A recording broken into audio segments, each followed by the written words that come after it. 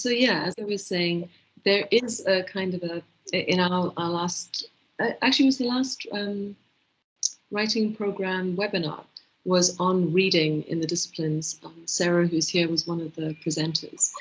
And I gave a much slicker, little tight, I think 25-minute talk there, which was pre-recorded.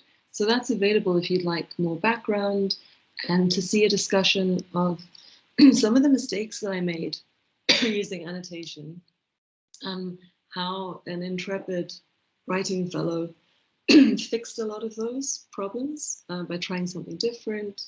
And I've been using a blend of our approaches this year and finding it really a pleasure to teach that way.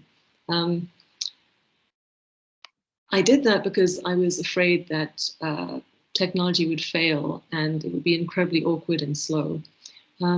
And that's what this session might be. I thought that I'd turn that bug into a feature. So this is going to be all about the real time of me, real time, not in the kind of slick promises way, actually putting a reading on, a hypothesis enabling a reading in the sandbox, showing you how it's done, possibly forgetting because I haven't done this for a while, but it's the kind of honest version. And please feel very, very free to ask questions in the chat, to interrupt me. I think Pam might be looking out for hands, but definitely just put a question in the chat, because the idea here is I don't want to give you the kind of slick sales version. I want to really make it possible for you to see what a list of instructions actually looks like when you put it into practice. For me, this working with hypothesis and with social annotation feels very intuitive, definitely in the classroom level. There is a little bit, hi Roshni, there is a little bit of setup to be done. And I think everyone has instruction fatigue. And we've all gone a little bit crazy over the last year and a half, 2 years. So I think it can help to see someone physically showing you what it feels like to put those instructions into practice. Hi, Dimitri, it's great you could join. So I'm going to try to share my screen.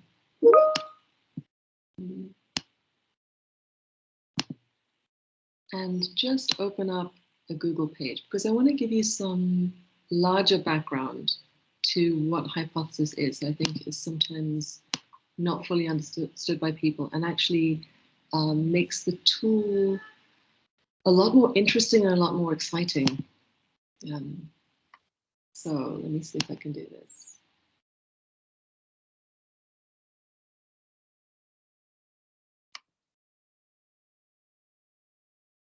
They're not sharing. It's not doing exactly what I wanted to. But it's there, thank goodness. It's just come, it's slow, sorry. So is it doing a screen share now rather than a... We can see new conferences, concluded conferences. If you don't mind, I'm going to rather use screen share because I think this is going to be a bit too awkward to work with. Apologies for that. Yeah.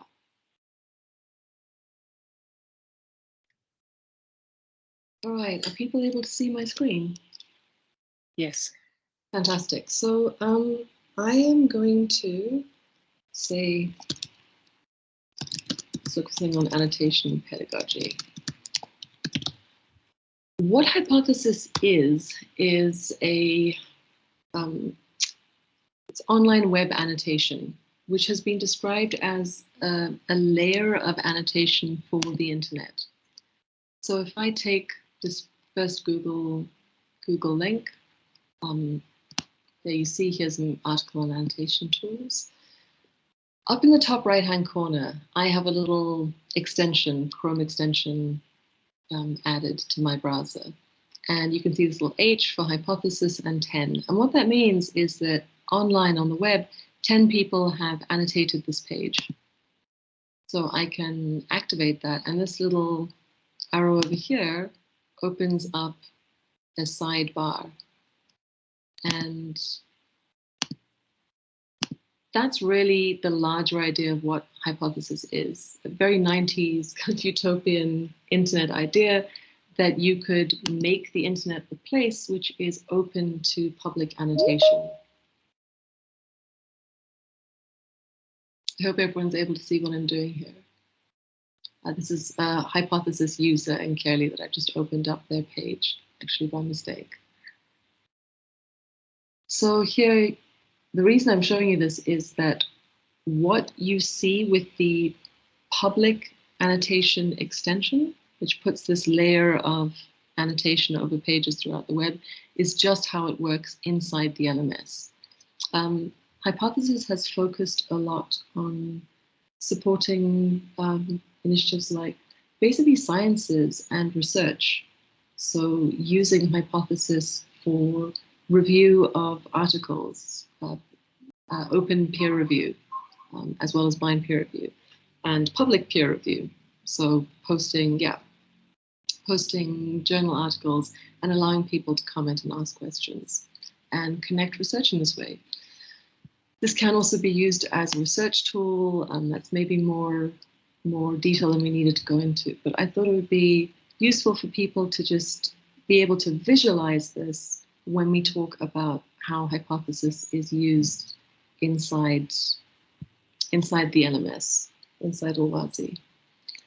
So if we go into one of my courses, this is Theatre of Blood, I'm teaching it right now.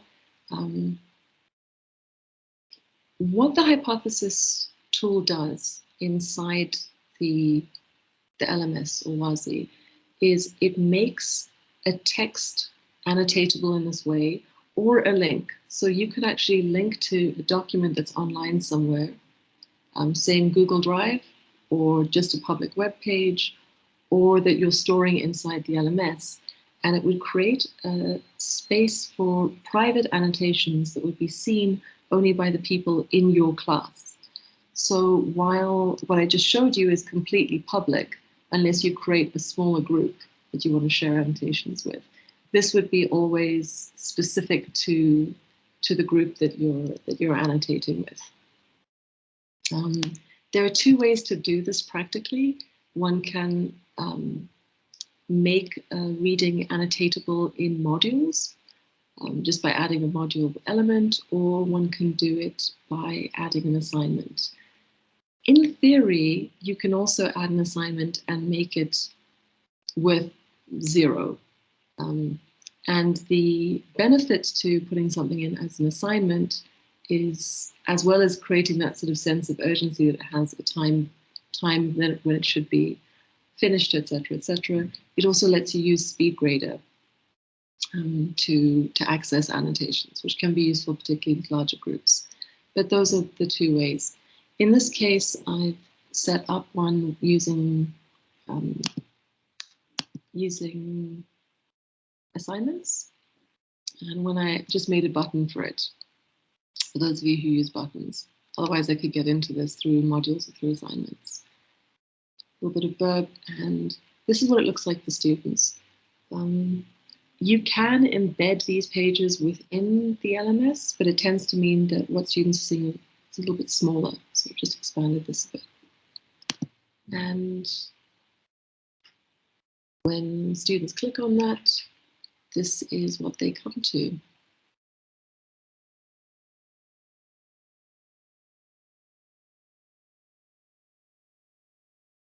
So here's a play that we've just started annotating, and there's the sidebar. I could get into this either through opening the sidebar or through actually clicking on the annotations that people have made. Can I ask if there are any questions right now? Anything anyone's wanting to ask? Yes, please. Great, go ahead. I'm a little bit lost. Okay, all right. When you said you click on annotation, sorry, I have a bad cold, so when you click on annotation, I didn't see what that actually meant. Sorry. So let me actually. No, I think I'm just too slow. I'm sorry. No, not at all, not at all, not at all. I think part of what's happening here is it's because I'm showing you something where it already exists, right? The whole thing is already there, and it's somewhat overwhelming. You've got 143 annotations up here, right? Would it be useful for people to actually see me creating one of these? That wouldn't take up too much time. Would that be better? I think that's a great idea. All right. So this is where things might go very seriously pair. Let me remember how to do this. Thank you, Sarah. No, this is a good idea. So where can I do this from? Sorry for all the scrolling. Okay. I actually just put something in here in the sandbox. So let's see if I can add an assignment on the sandbox. Module or assignment? Let me start with modules.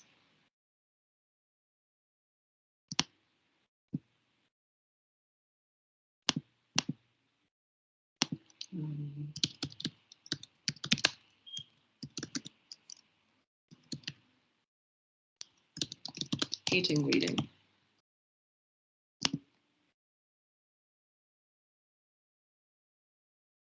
So right now, I'm going to create an assignment with an external tool. And I look here for an external tool and I find hypothesis.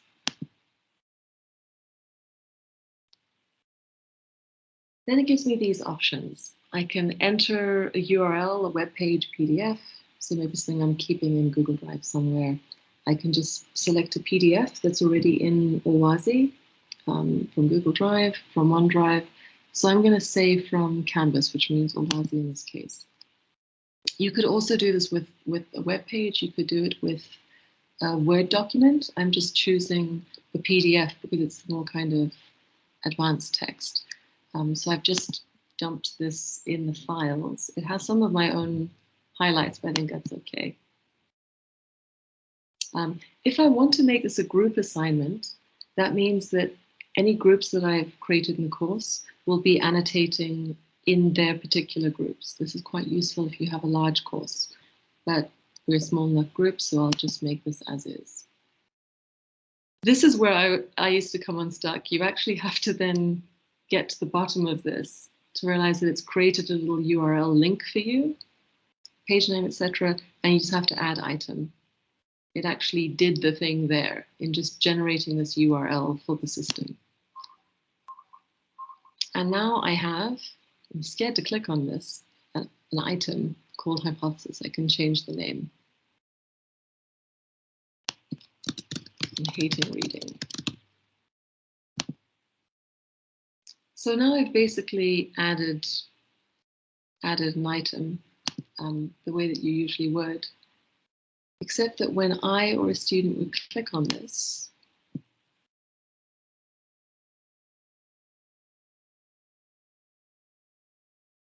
we'd see this. So immediately the bar will jump out just to make students aware that it's there. They can put it away by clicking here. And the intuitive way that this works is to just tell students to highlight something, because once you do that, this little thing jumps up and you can click annotate, or if you want to just keep your own highlights, just make notes for yourself, highlight. If I click on annotate, this thing pops open and I really hate doing these bogus kind of annotations. Actually, let me do a real annotation. Love the subtitle. And I post it. And now anyone else who's in this course would be able, I would be able to edit this or delete it. And someone could also reply to this. So I don't know if there's anyone in the sandbox who could actually just try to put an annotation or reply to me. That might be interesting. And what I'd say, I was actually going to show you a bit of video, but I started teaching with this last week. And what I did was I opened up the beginning of Hamlet. I was talking about expectations in the play. And when I just showed students, oh, you know, open up the reading in your course folder, the preparation for today in modules, they had it. Reading the text, I had it on the screen, and I just showed them this basically. I highlighted some text, I wrote an annotation. And then the next time someone said something interesting, I said, that's a great point. Let me drop that into the annotations. So then I just took some text, a bit, took what they wanted to say and put it into the annotations. And the next time someone said something interesting, I said, that's great. Do you want to just drop that into the annotations? And they did. And by the time I was finished with that 45-minute session, everyone had, I think there were 2 people who hadn't put an annotation in. I just said, could everyone make sure that they've tested this by putting in one annotation before they leave? And that was it. So I think if you can move away from lists of instructions and just have a text that ideally collectively you start annotating in this way, students find it very, very easy. Dimitri, did that help? Hi there. Yes, that definitely helped. There are a few transitions that I'm finding just a little bit hard. The add, you know, from clicking hypothesis to doing add item. So all you do is highlight the text and then click on the little, what you call those things, inverted commas, and then you can annotate. Yep. Wow. It's very light. It's very pretty. And what I like so much about it is that it really centers the text. It brings everything back to the text and the specific part of the text that we're talking about. And it allows students to kind of create little clusters of discussion. So now if we go from this very sparse text that I've just started to something that students started annotating in our last session. Sorry, I'm bouncing around too much. So, Colette, before you go there, Pamela, may I? Yeah, okay. So does this mean that students actually read more slowly on the screen and are actually thinking? It can. I would say, I think there's a way that this can go wrong. I think that if you just tell students, annotate this text as homework, they'll say, how many do we need to do? And then they will dutifully do, and unfortunately that was some of my concern with perusal, is that it kind of can, I think students have also fallen into this box ticking thing. You know, do I have to do? Everything is a chore now.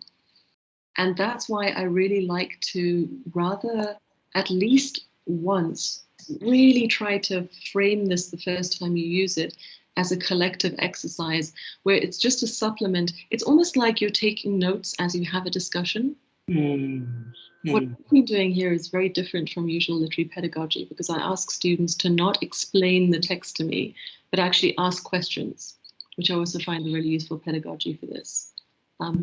Indicate where there's uncertainty and especially think about how their expectations are set up.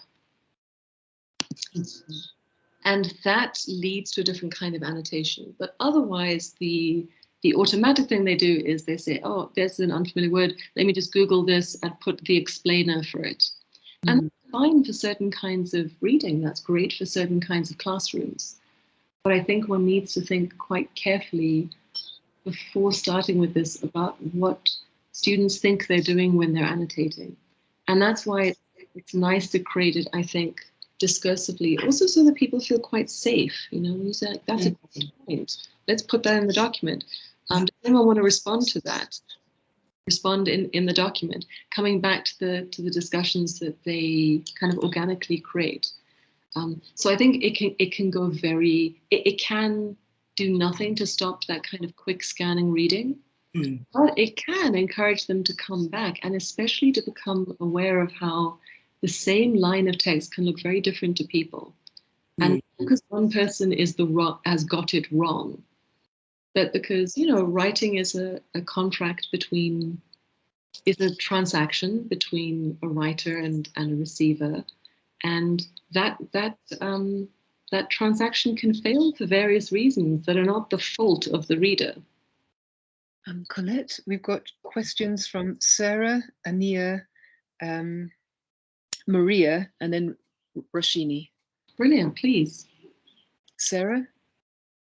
Thanks, Colette. I mean, this is great. And we had a kind of email conversation the other day about that I'm trying to figure out how to use it in large classes. Yeah. And I think that you've answered some of what I was saying and thinking about by saying to draw it to the conversations that the students are organically having. Because so then I'm thinking about using, I mean, obviously it's kind of, I need to rethink how I'm doing my discussion, but the discussions that the students are having in the chat are so vibrant. So figuring out how to kind of bring that into the text so you kind of answered me on that. I was just asking if you had any kind of thoughts on large class application, but then I also wanted to ask how accessible, because I mean, I'm just aware now I'm seeing it in a smaller version on my computer screen that I had seen it when I'm building stuff in Ulwazi. How accessible is it on a phone screen, on a smart, on other kind of devices? Great question. I wish I'd thought to screenshot. So Carrie Timlin, who was the writing fellow on my course, and then did this in her own teaching. She was the kind of test subject because she had a student account, which was great. We could see what was going on the other side. And she also had the app installed, and it's surprisingly usable. I mean, I have some horrifically small PDF text, and obviously it takes some fine motor coordination to, with your fat fingers, you know, highlight single words on a tiny, tiny screen. But it's quite navigable. It works surprisingly well. I would say, great. Ideally, I mean, I was using the tiniest of font because I wanted to give, if you don't mind of me actually showing you this, I wanted to give students a sort of a very rich feeling of the book that had got lost, because I felt that they were having to look at that one Ulwazi font. Everything had just become scanning endless emails and online documents all in that one cursed font, this thing over here. So I gave them this, you know, which is not ideal, but ideal in the sense of letting them have that kind of bookish feeling. So you can make those choices. But even with this text, they were able to do it online. On their phones, which really surprised me. It's also nice because it can, look, I think I was speaking with Pam about this, the immersion, the experience of really sitting with a text and becoming unaware of time is extremely valuable. But this kind of exercise does allow them to dip into some kind of attentiveness with the text for very short periods of time. So students would kind of check in for 5-10 minutes and just look at a few lines and think through them and do a little bit of work. And their phones were working well for that. In terms of large classes, yeah, you can break it up into groups, which immediately helps. I tend to use this a lot to get students doing peer review on each other. Rather than giving individuals feedback, I look for patterns. I find it also very interesting to read the annotations. Patterns in what I'm seeing, and then I'll point out and I'll ask, let's discuss this. What do we think of someone doing this? Or just as an example, someone had highlighted the first word and said, I'm getting a monologue, this is the expectation. I said, well, what about that first word especially does that? I said, oh, I just chose it as an arbitrary point to start at. And then we discussed what might be a better way to do that, and kind of collectively decided, oh, actually, you'd want to know at what point in that speech one starts to think, oh, I'm in a monologue, this might be a main character. And then that became the kind of convention, and students would, in a very nice way, go and police each other. I'd often find them kind of teaching each other because they're, oh, is this that thing that we were talking about? So that seems to help a lot. Actually getting students to go back over their own annotations and respond to each other, so that they're just writing a lot and getting a lot of feedback.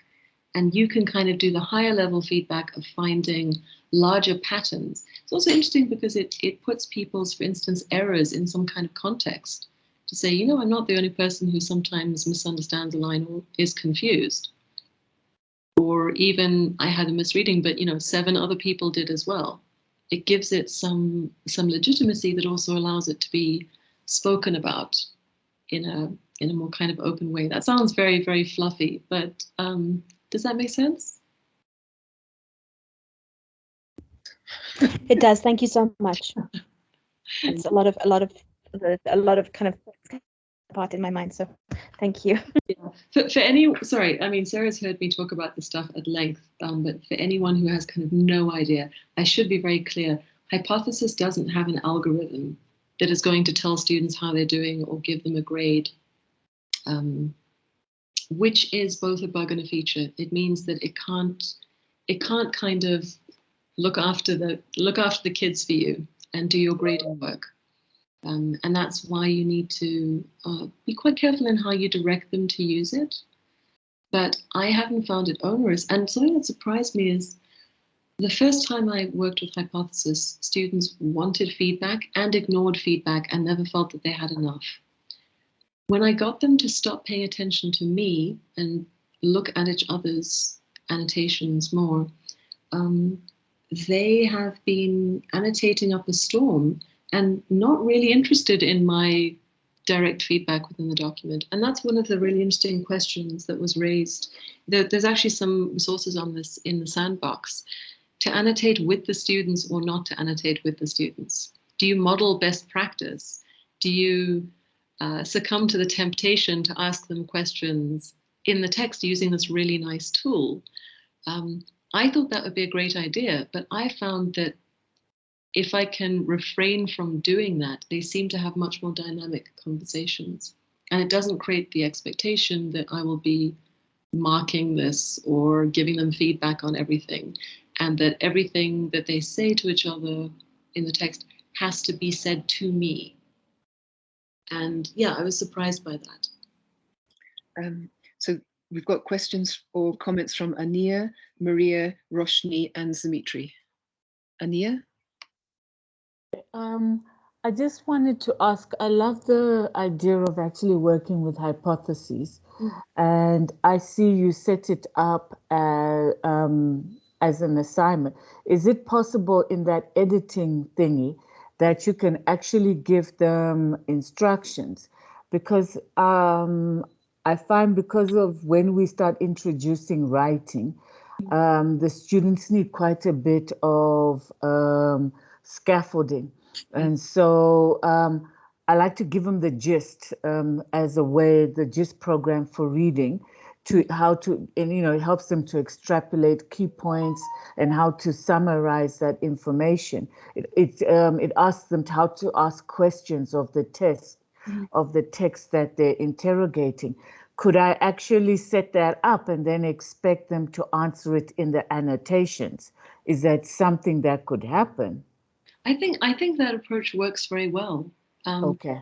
I've also found I find that when you ask students to just go away in their own time, I thought that would be great. There's something about having a little bit of urgency, about the feeling, you know, let's work on this for 15 minutes together, that gets them going a bit more. But, so here I've given them instructions just in a page, because every time you do this, it generates this link that you can have open automatically within the field, or as I've done it here, I'll just refresh it so you can see it, or as this new window thing. And that allows you to put any instructions in that page so that students will immediately get that page before they go into the document. Another thing you can actually do in the document, which I'm just thinking about now, let me rather go here. You can add page notes. I'm sorry, Colette, how did you get that box like that, it embedded? You can have it embedded. Oh, sorry. Right. When you're setting up, sorry, I keep jumping around. When you set up, we'll give you an option to load in a new browser window, which is this kind of view where it goes to a page, or to just automatically open. So if you click load in a new browser window, you get this little button which will open something slightly larger that's not sitting inside the Okay. Okay. But So it browser window. Okay. yeah, but and you'll see it immediately once you've set it up. You can change that. So that gives you also this opportunity to put instructions there. Other way to put instructions is you get page notes. So I could actually add notes right here in the annotation thing that are separate from annotations, that are just available to any student who's going through here. So that's another place. And can they respond to the page notes? Can your page notes be like, can you have different pages? Yeah, there's no, I haven't really used this much, but as far as I remember, you can absolutely. Different page notes, sorry, yeah, okay. Page notes just means that it's not linked to specific annotations, to specific parts of the text. Yeah. So the annotation has to, and I like this, you can't make a general comment, you have to select a bit of text. I should also say, just if you're looking here, you might have noticed some of this text is darker and some of it is lighter. So that's where multiple students have highlighted the same thing. So here, for instance, one student has highlighted 2 lines, but the other one has focused on this bit. Or here the name's Don Andrea.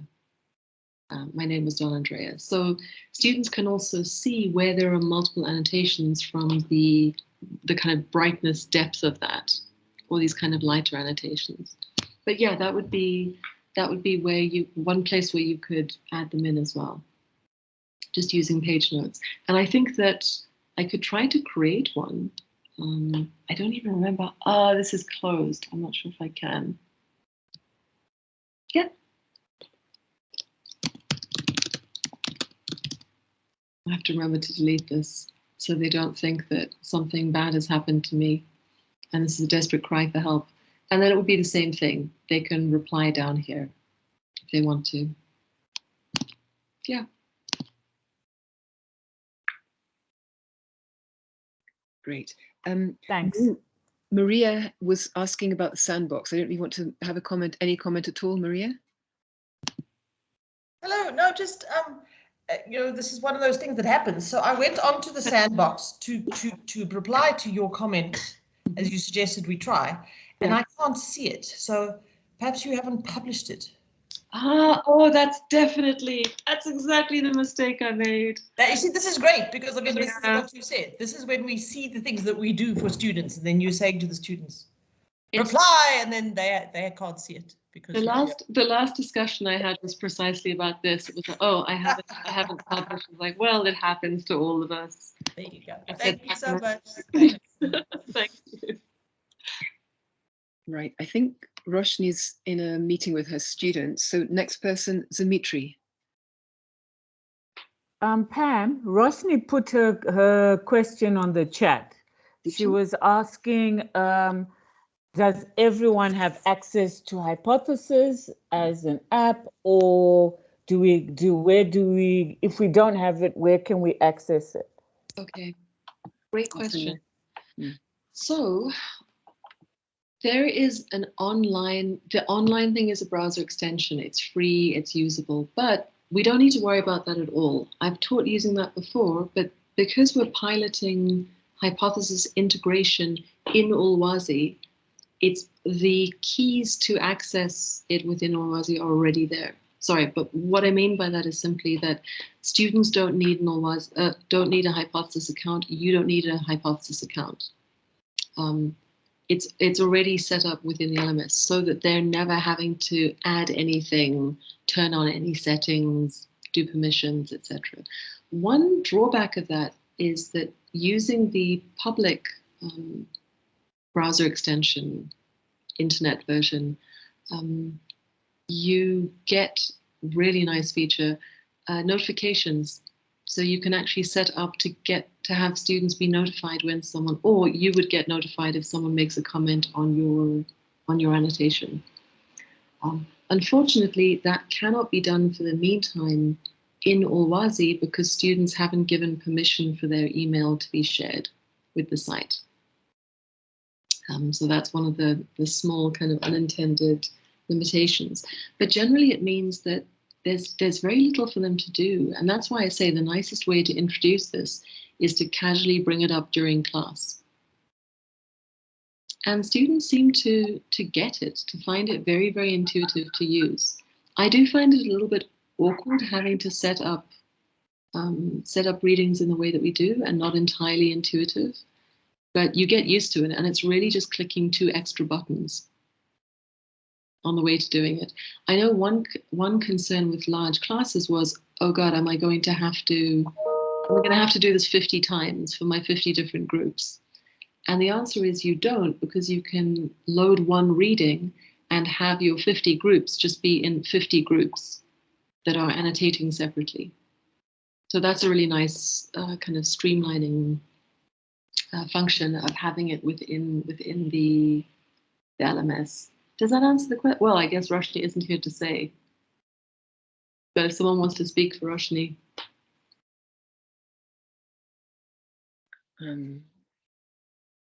It's Dimitri, and then I don't know if this relates, but Teresa is asking how can she access the sandbox? Mm-hmm. And so is Sophia.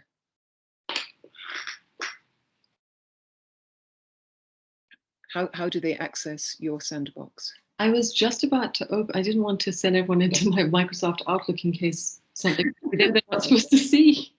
There was a link sent out. I can ask for it to be sent again. It was, but I think if you just look in your in email for hypothesis and sandbox, it should have been sent out a couple of times. Otherwise, just email me and I'll find the link and send it to people. No, you're right. It was on that invitation. Dimitri. Okay. Thank you. I'm really pleased that this is already inside of Ulwazi, and I think I'm going to just try, do some experimentation with it, maybe next week.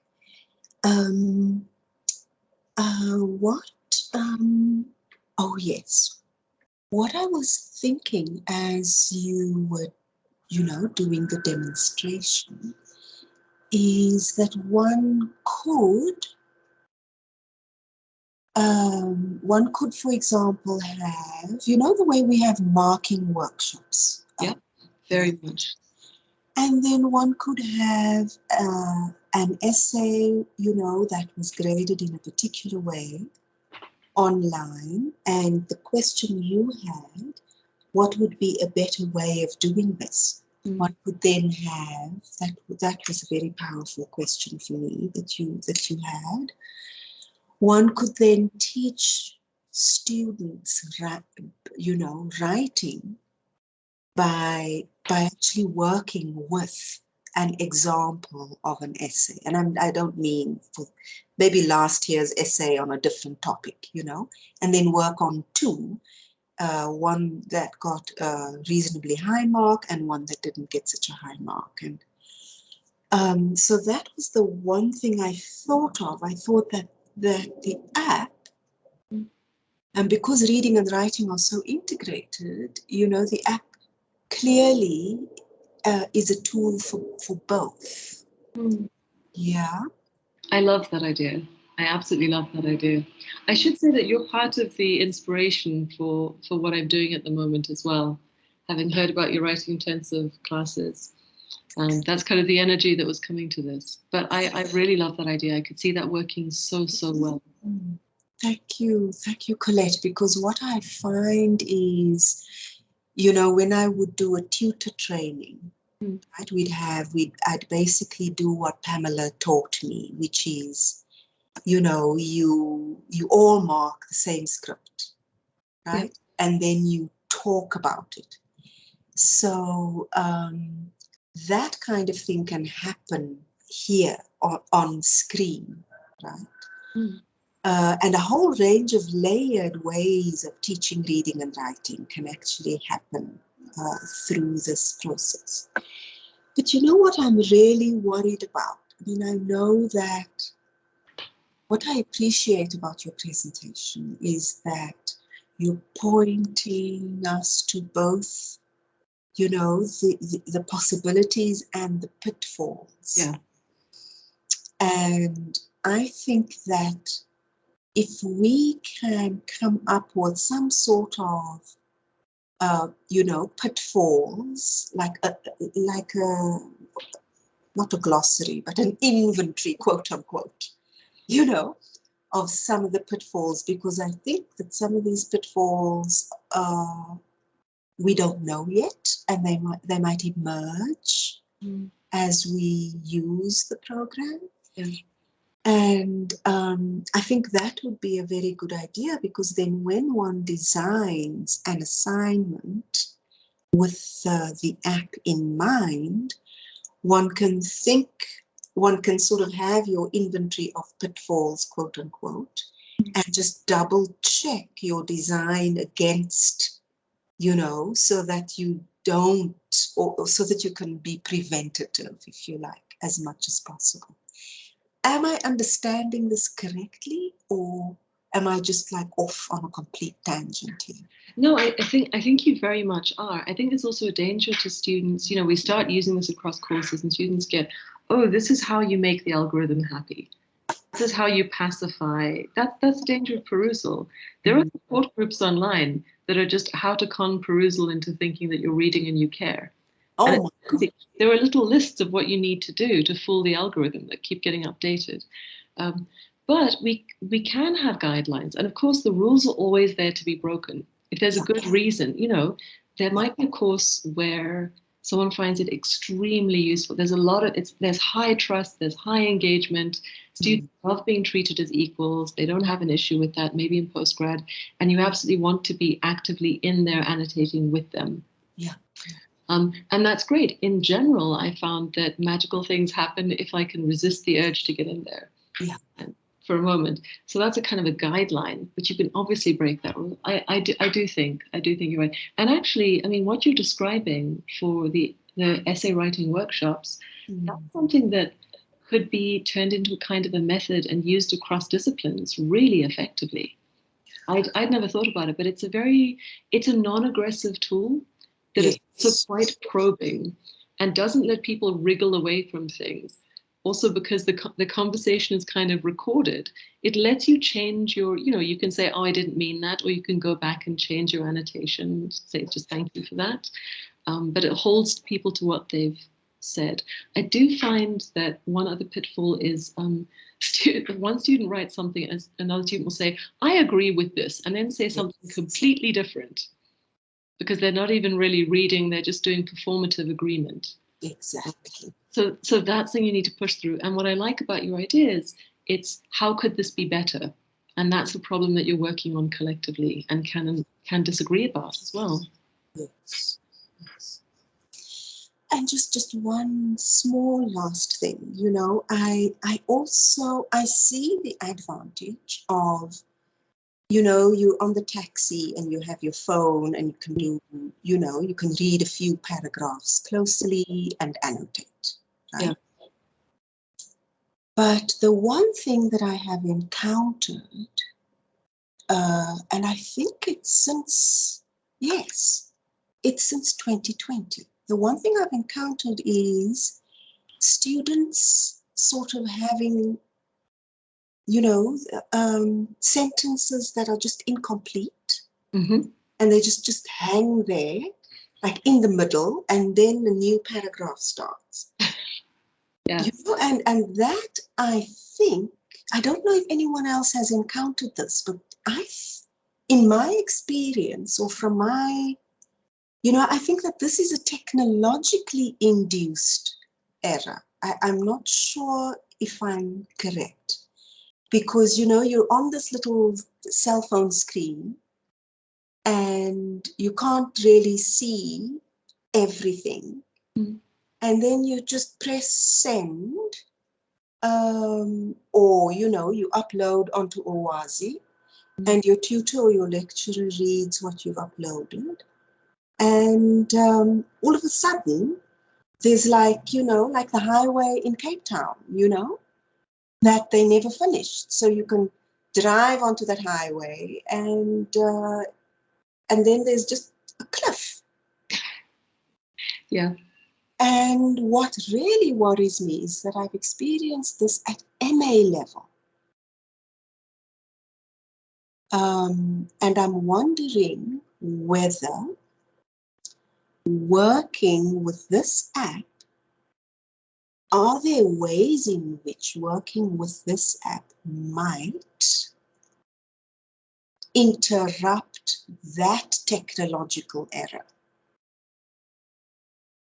And I know that I am actually jumping across a bridge here with ideas, but there's just, I haven't sort of a gut feeling that maybe there is a way in which working with the app might sort of quote unquote correct what I think is a technological error, but I don't know.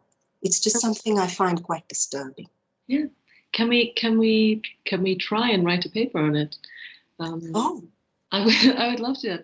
I like to, one reason I like this is it really centers the text. I was saying this I've said it before, I was saying it now to Pam just before the session. I worry about things that allow the text to just be a jumping off point for speculation and discussion and drift away from it. And from the work of listening attentively to others, and even realizing that when you speak, you know, others are listening, that there's some kind of work that goes on that is relational there. You're not just dropping these words into the ether and then forgetting. There's a relationship built into that. Something I really like about this tool is that it keeps focus on the text, because students want to look up and look away. They want to kind of, they don't want to stay with it. And maybe it definitely doesn't replace reading, but I think it encourages rereading. And students, and it very much keeps the integrity of the text. What I love is that, you know, when you can take the text is still there. You don't change it in any way. You just create this light layer of discussion that goes over it. And I think in that sense, it creates a respectful attitude to authorship that is not kind of kowtowing, or that is not sort of abasing yourself before the authority of the text. I think it has it allows students to engage in a critical, quizzical way with text. And so I say to students again and again is, you know, reading is like writing is a technology. Text is a technology. Fascinating things happen in your brain every time we use this technology of text. And of course, their reading technologies are being disturbed or shaped in different ways. And I feel that even before we were teaching online, students wouldn't look at the text. They wouldn't stick with it. They would kind of look up and look everywhere but. So I like this as a way of just bringing that attention back. Maybe I'm thinking something different from what you are, but I'd love to keep talking about this. Anna has her hand up, and there was also a message from sorry, I'm messing your name. We let's share about linking with images and things like that. But maybe Anna first. Could I say something very quickly before Anna? Not really say anything. I just didn't want to interrupt her once she starts, because someone put an annotation in. I just want to show you that this is how you know. This little red button up at the top is a little refresh button. And when there's a new annotation, that goes. And when you click on it, the red goes away. And yeah, Teresa posted something. Nice. Thank you.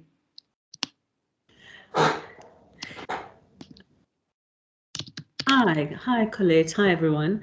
I just wanted to ask, do you see hypothesis and this hypothesized or annotated version of the text as the only text student read, on the, I mean, of the same thing? Like, is this the only version of the Spanish tragedy that the students are going to be reading? Do you expect them to also have their own hard copy? Do you expect them to have read their own stuff before they come here and meet here? Does it depend on the exercise? And sometimes it's one and sometimes it's the other. So I'm kind of asking about the centrality of this process in the reading of the text.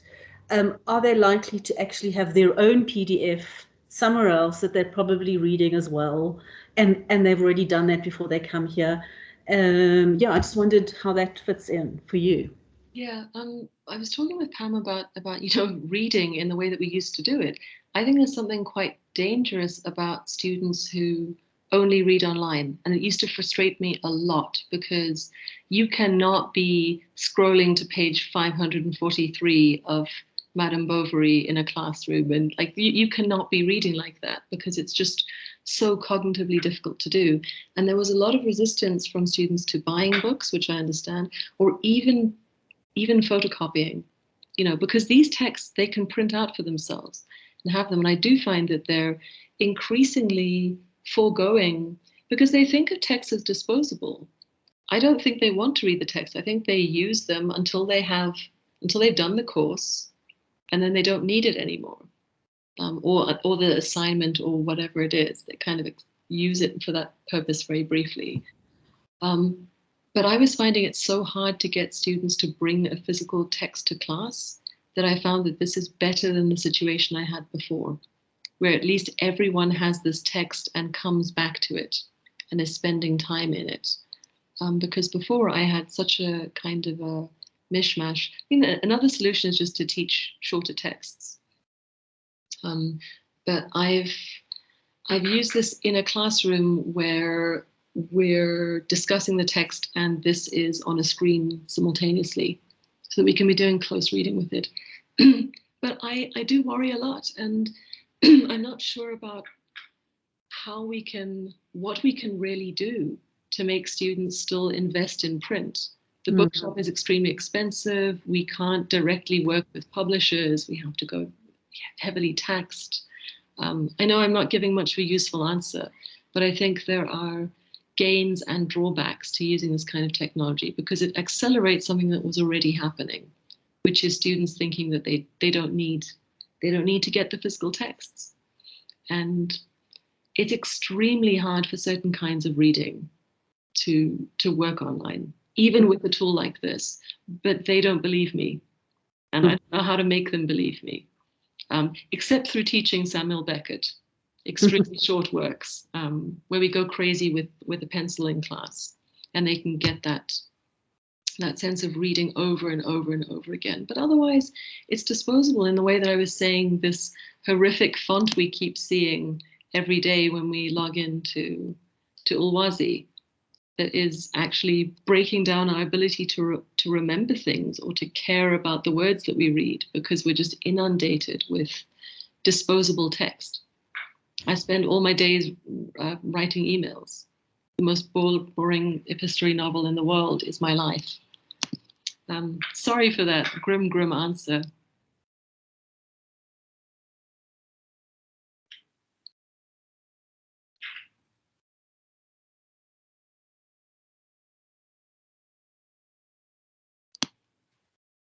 Are there more questions?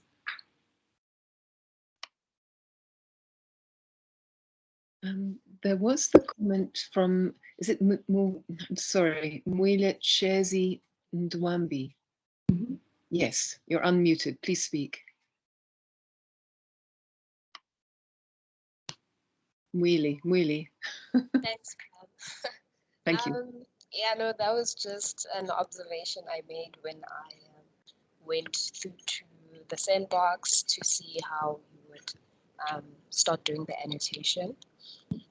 Yeah, so I thought, but I guess it would depend on what type of interaction, because I think Colette mentioned that she was looking more for, when you read this, what kind of questions come up. So not really what do you understand by this, which is then I think the application where linking to other things or putting images would be helpful. But yeah, I guess it would depend on how the activity is structured. I think it's an interesting question, though, because we're very word focused. So what do you think, Colette, about using the annotations, not just for sentences and comments, but for other ways of communicating through images or links to things? I've done, I don't have it open right now, but when we were often when I'm doing 16th century drama, I will drop a scene because someone will say something and I'll go, really, I'm not sure, I got a kind of a different impression, and I'll put a YouTube link in that. You can do that, you can put images in. One thing I would love actually is, and they've been working on it, is if a kind of a key could be created where you could have different colors of annotation. Because, for example, I would love to annotate a play where boredom is a particular color, expectation, frustration, satisfaction, where those kind of different affects that are also linked to kinds of annotation are given a key so that you could see visually as you're reading through it where people were feeling as well as thinking certain things. For example, they've been working on that for a while, so hopefully at some stage it'll come out. Is that answering the question? Yes, that's helpful, thanks. And you're absolutely right that it's all about the questions you ask. Again, I cannot stress this enough. I think maybe one thing I didn't say is students do think that you don't want to frighten them and make them think that, you know, they need to worry about being right. But you also don't want them to just think that it's all about quantity, about just you asked me to do 20 annotations, so I did 20 annotations. I sort of did the work.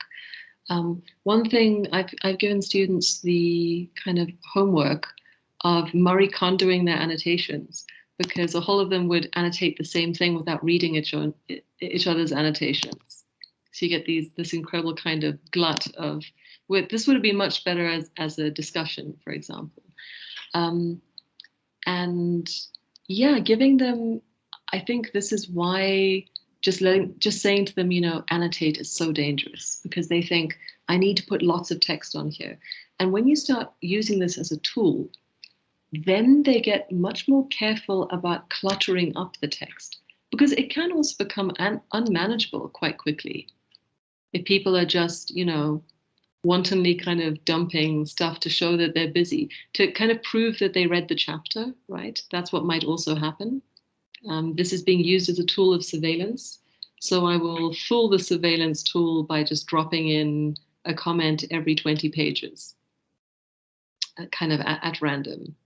Or I will only comment where I see other people commenting and won't even read the text. I'll just pretend that I've read and kind of go to where the discussion's happening. There are all these things you kind of need to try to troubleshoot beforehand and then just look out for. But I think if you get a good annotation ethos that's kind of agreed on by the class, where they can see the value in each other's comments, it becomes really useful. There's some thoughts from Michael.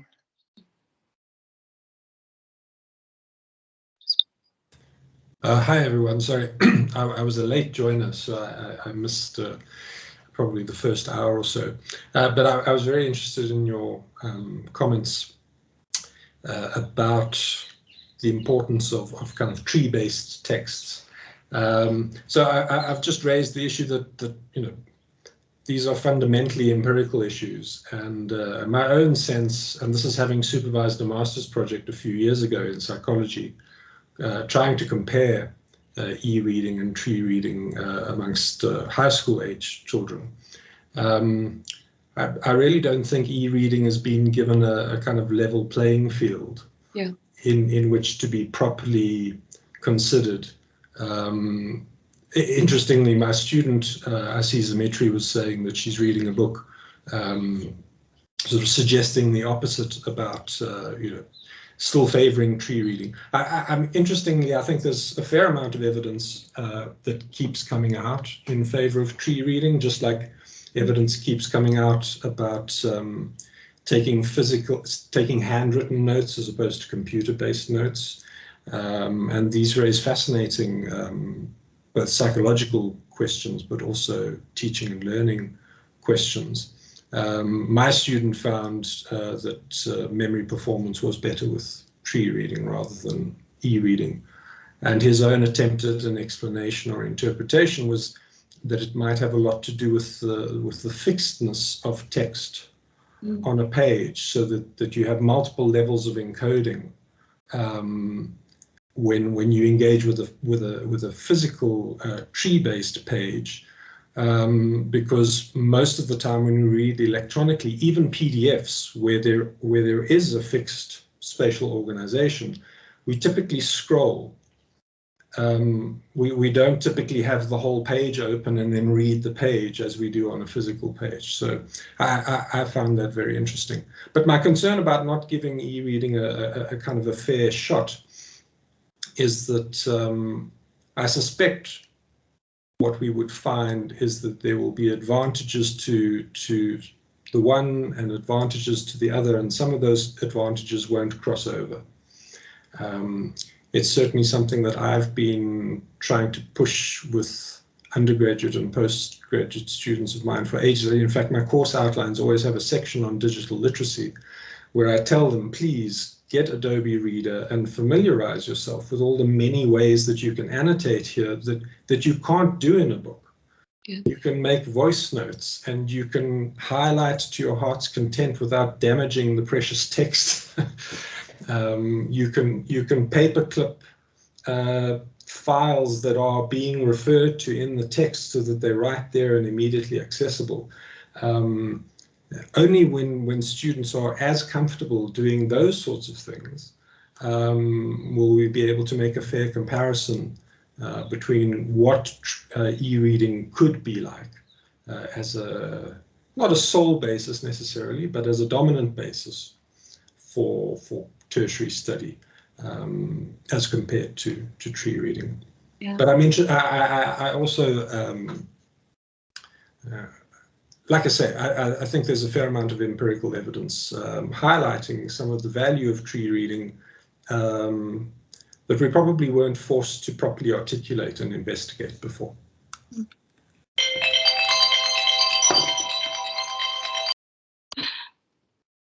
Thank you so much. I'm really glad you brought that up. I realized something as you were saying that, which is I think this is a kind of trying to find a medium between tree reading and e-reading. You do lose the haptic feedback, right? And in a way, personalizing a text in this way allows some of that haptic feedback mapping to happen. I'm someone who hates writing in books because I respect books, and it sort of shuts down the potential of meaning on the page to write death symbolism. You want to gag, nature versus culture. Yeah. Those repulsive secondhand books that have clearly been in an English lit class. And what this allows students to do actually is to have something like that feel of paper, but annotated, but not kind of inscribe themselves aggressively into it. It's really interesting how bits kind of come back and other bits get taken away. And I think you're right that there are terrible things that the scrolling does to the mind. And an e-reader doesn't have the scroll, it has the pages. But it's also, it comes down to access. I mean, unfortunately, the students who have the best tech access also typically are the most affluent students who also have access to books. Yes. I sort of drop hints about the sites that students definitely shouldn't go to find high quality PDF copies of everything they would ever need or find in the British Library. There are some students who know how to do that stuff and how to read the irony, and there are other students who don't. And it feels like the students who are excluded from the bookshop are the same students who are not getting the best out of what the digital has to offer. Yes. Yeah, I mean, the same is true for, I think the gap is narrowed, but the same is true for something like Adobe Reader.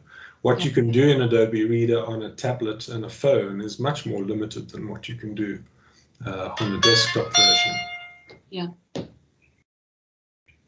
And indeed, the university hasn't bought me Adobe for my laptop. So I'm somewhat limited there too.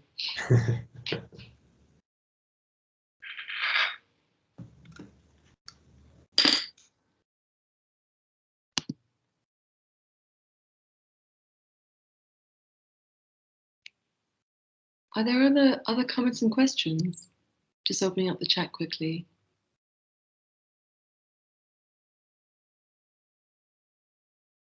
Would it be useful for me to very, very quickly show people how this looks in SpeedGrader?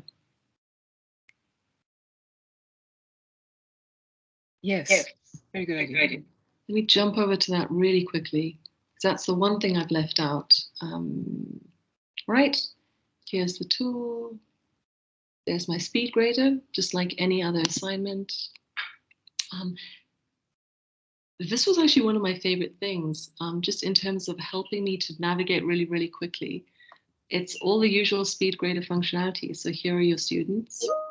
There are their comments, and you can all the usual stuff, but you can basically filter by student very, very easily. And this is quite nice. You can put in comments.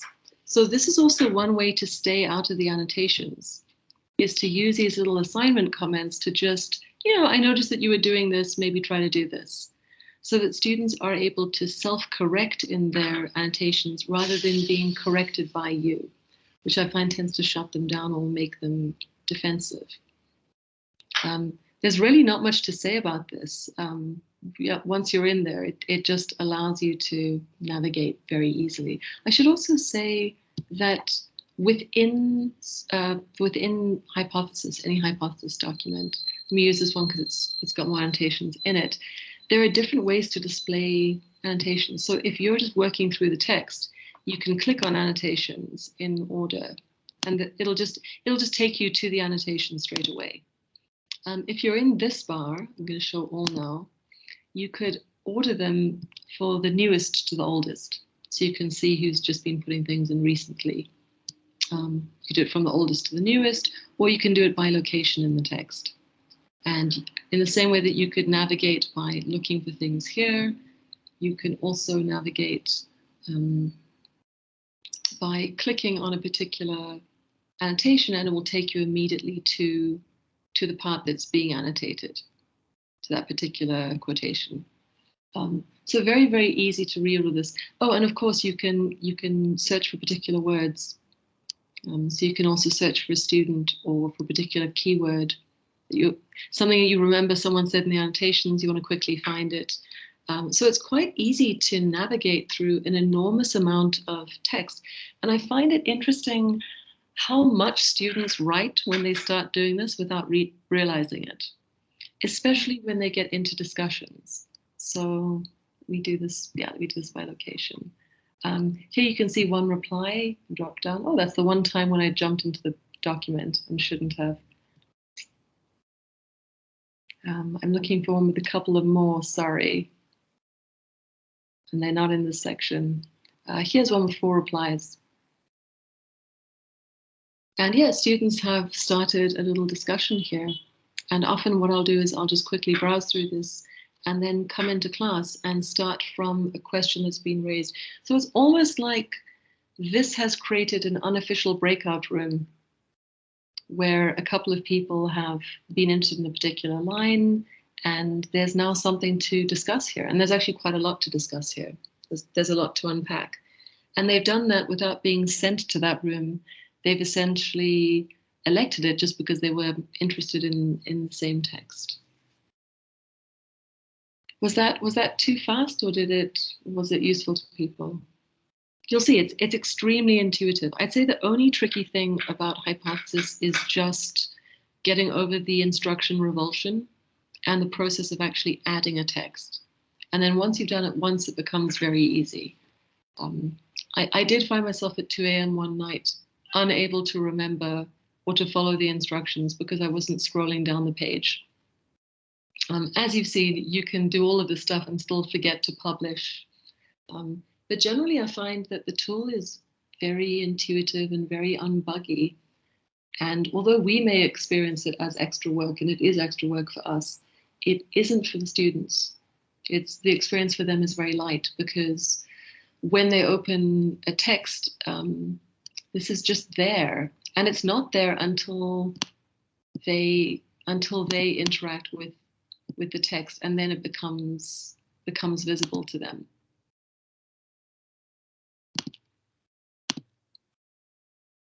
Can I add, is there time for me to add just one more point that I thought of? I think it was from Michael's question.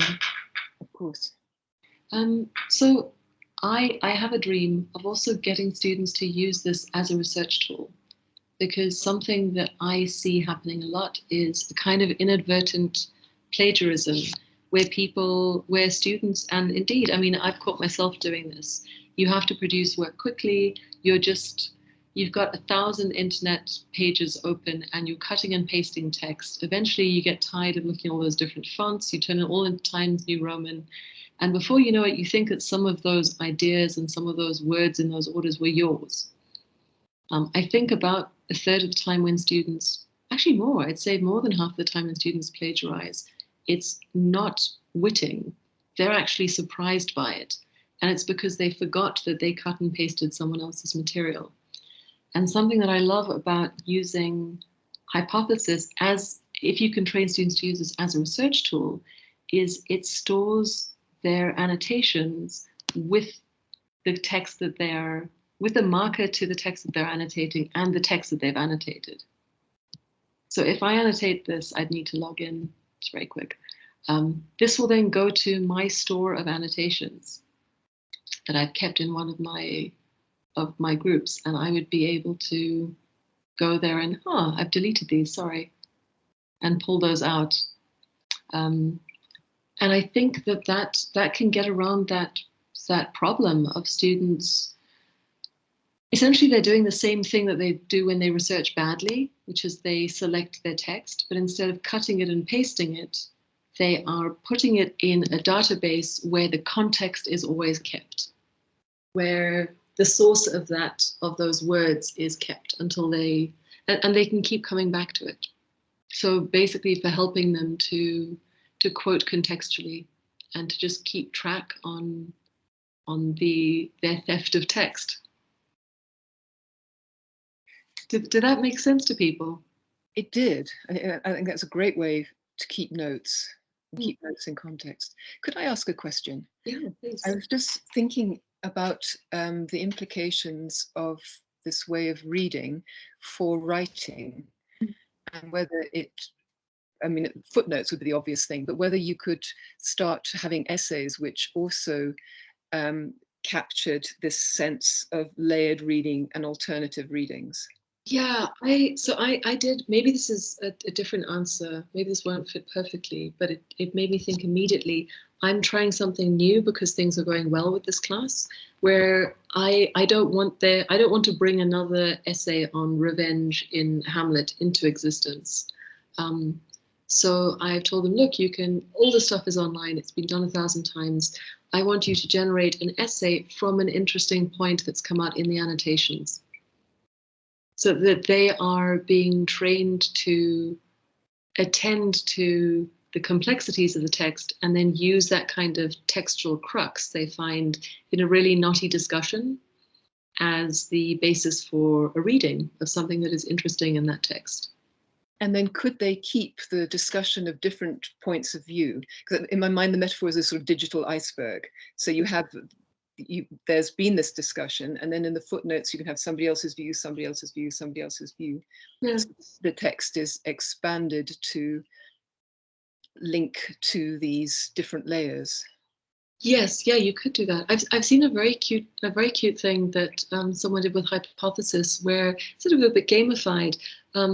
You sometimes find that students quote each other organically, but that students this became a thing in one of the courses, that you would quote comments from annotations, which immediately improved the quality of the annotations a great deal. And there's a slightly gamified thing also, that if you were the most cited in a weekly or a monthly thing, you'd get a little kind of bonus mark. The students kind of model that scholarliness and realize that, they are writing informally in a way that is clear to their peers, but is actually quotable. rather than performing these kind of odd, flowery versions of formal language that they think is what is required from academia. Does that connect? Totally. It sounds very, very good. Sounds a way of improving writing. Yeah.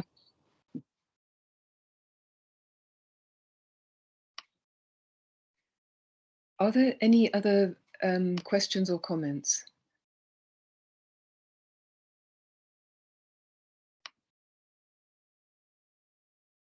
A few people have left because they had to go, and there are lots of complimentary remarks in the chat about people find it extremely useful. It was so great to see so many people here, and I really, really hope that this is useful. I'm very, very happy if someone wants to send me an email, because there's something that if you're just hitting your head against a wall, feel free to ask me. I can jump on a quick Teams call, and we can probably figure it out in 10 seconds. Yes. Okay, I think maybe we can wind it up then.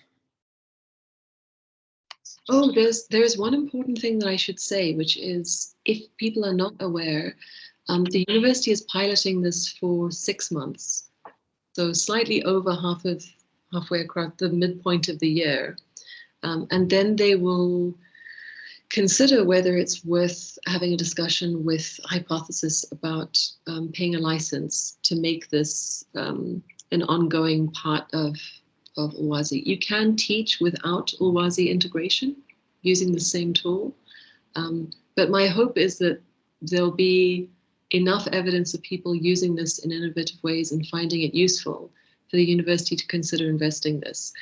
I don't think it would have to be this tool, but I think it is extremely important that the university invest in social reading, in tools that allow students to do something like this. And yeah, so it won't necessarily be here forever, but if we make good use of it, it might be here for a while.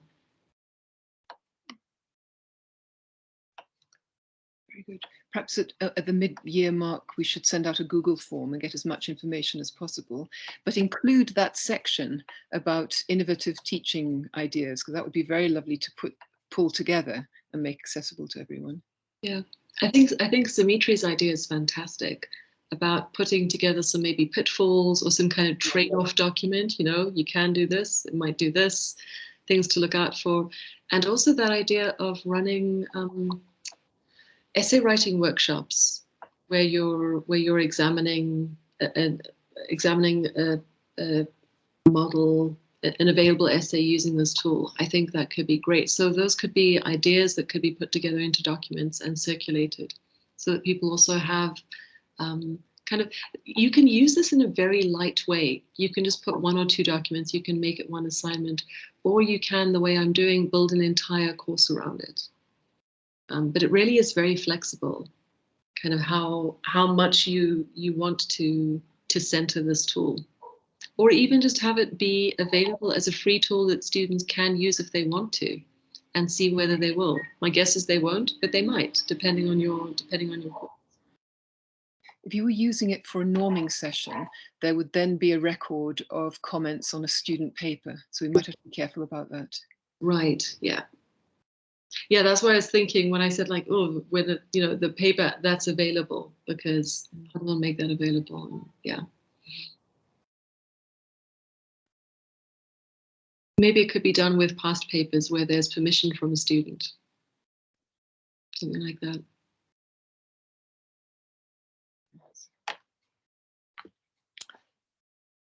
Yeah, as Dimitri says, one can start small. So you're not being, by using, essentially, if you use Hypothesis in any way, you're part of the pilot. You don't have to sign up to doing a lot or committing to do anything in particular. Just see how it works. And if it doesn't work, that's also, I mean, if there's not a lot of uptake, that's also fine, you know. I think the failure is when we don't try to use these tools, where we just kind of are too afraid that too much is going to be demanded of us, on top of the massive demands that are already being made on faculty. Looks like Michael has a question or a hand up. Sorry, I know you're trying to wrap up, and you may have answered this in the part that I missed. Does this have, so one of the reasons I like using the discussions on Ulwazi, especially in preparation for a tutorial session or even launching assignments by first having students contribute individually, is that it has the setting where you can't see any other contributions until you've contributed. Ah, yes. Does this have anything similar? Oh, I remember wondering about this. I don't think it does. Okay. I don't think it does. You could probably do this if you were to use, funny enough, you could probably do this if you were to use the web extension. Okay. You could kind of create privacy settings within that. Ah, okay. And then kind of reveal things. Yes. And look, I have to say, something that's been a real pleasure with Hypothesis is they're a pretty small company. They're a not-for-profit. They have pretty great people who are very, very invested in their kind of larger vision of trying to make the internet a smarter place, smarter and more reasonable place. And they're extremely responsive to these kind of design questions. You know, I said to them, like, notifications are a big problem for me in the teaching I'm doing. And within 6 months, they'd created that. Okay. Not for Canvas, but they tend to be working on stuff and really actively working on it and love to have that kind of feedback. That's what they thrive on. I mean, essentially, they're giving us a free trial, but we are helping them enormously by telling them how this works for us and what we want. Sure. They're all about getting that information. Free R&D. Thanks. Okay.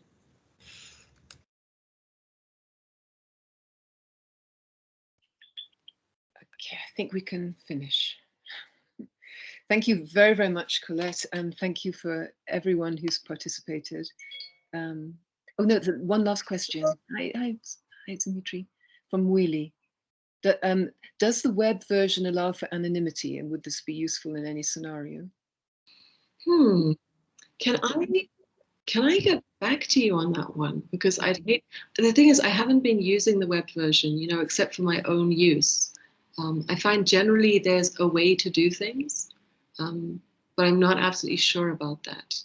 I think in general, anonymity is not built in as a feature. I think you could choose to be anonymous outside of the LMS, which is what you're talking about, why you're saying the web app. Inside the LMS, you definitely couldn't. You were always posting as yourself, as far as I know. But I'll actually talk to the devs about whether anyone has queried this, whether they've been thinking about this, what their thinking is on it. It's a great question, so thank you. Also, I should say, anonymous comments can be dangerous. And I think there is a function that I didn't look at, which is a little flag that you can put up. If someone is truly saying something hateful, you can actually flag that for moderation.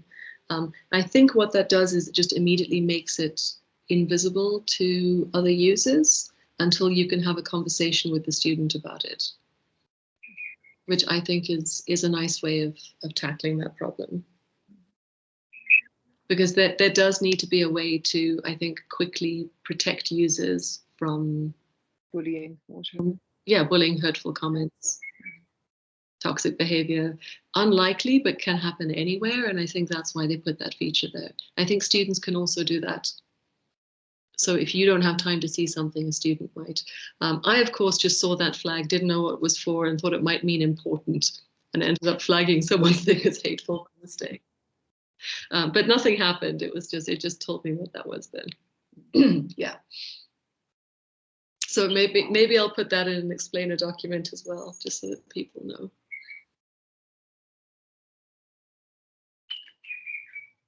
Right, we're hit. Yes, I suppose because it's going to be issues of censorship will start coming up, and who censors who. Yeah, a whole other topic. Right, we're hitting 1:29, so I think we're going to wish everyone strength and hoping everything can get better. And many thanks and happy readings. Cheers. Thank you so much for making this possible, Pam. Yeah, thank you, Colette. Coming. Take care. Thank you.